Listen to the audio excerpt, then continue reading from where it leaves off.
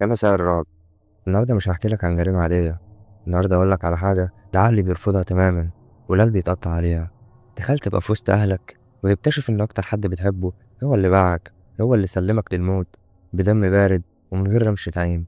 جريمة نورهان فتاة بورسعيد في القصة الكاملة.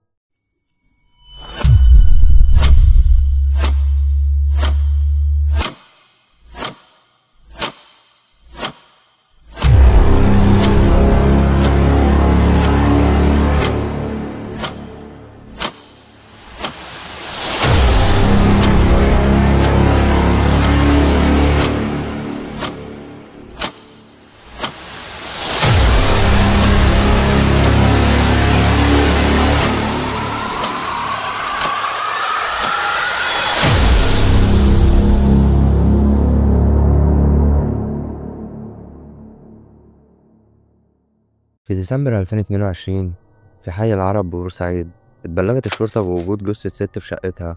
الدم كان في كل مكان وآثار ضرب وطعن عنيف في الرأس والوجه، والغريب إن مفيش أي علامات سرقة ولا كسر في الباب.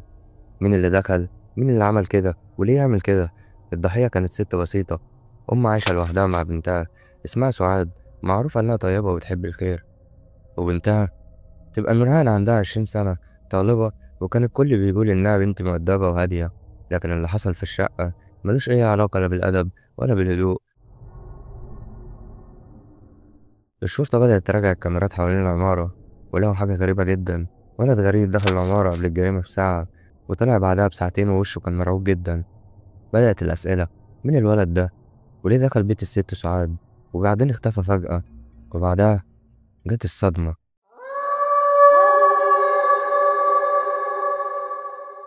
الشرطة رجعت تليفون نورهان ولقوا محادثات بينها وبين الولد ده اسمه حسين، عنده 15 سنة، وكان في كلام بينهم.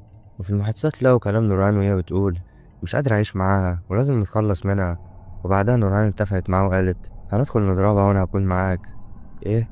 نورهان البنت المؤدبة؟ أيوة، هي اللي اتفقت مع حسين عشان يجي الشقة وهي تفتح له الباب ويقتل أمها.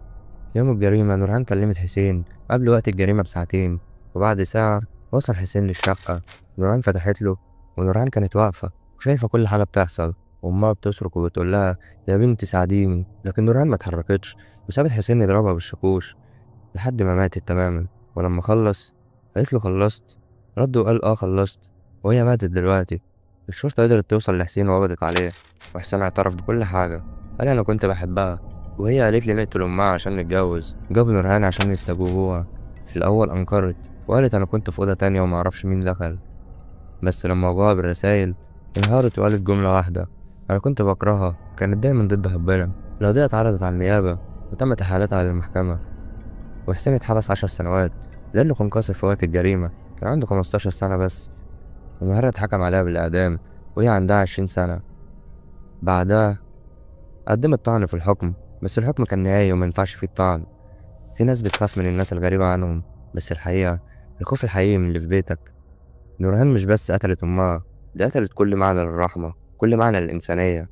ودي كانت جريمة نورهان المعروفة بقاتلة أمها.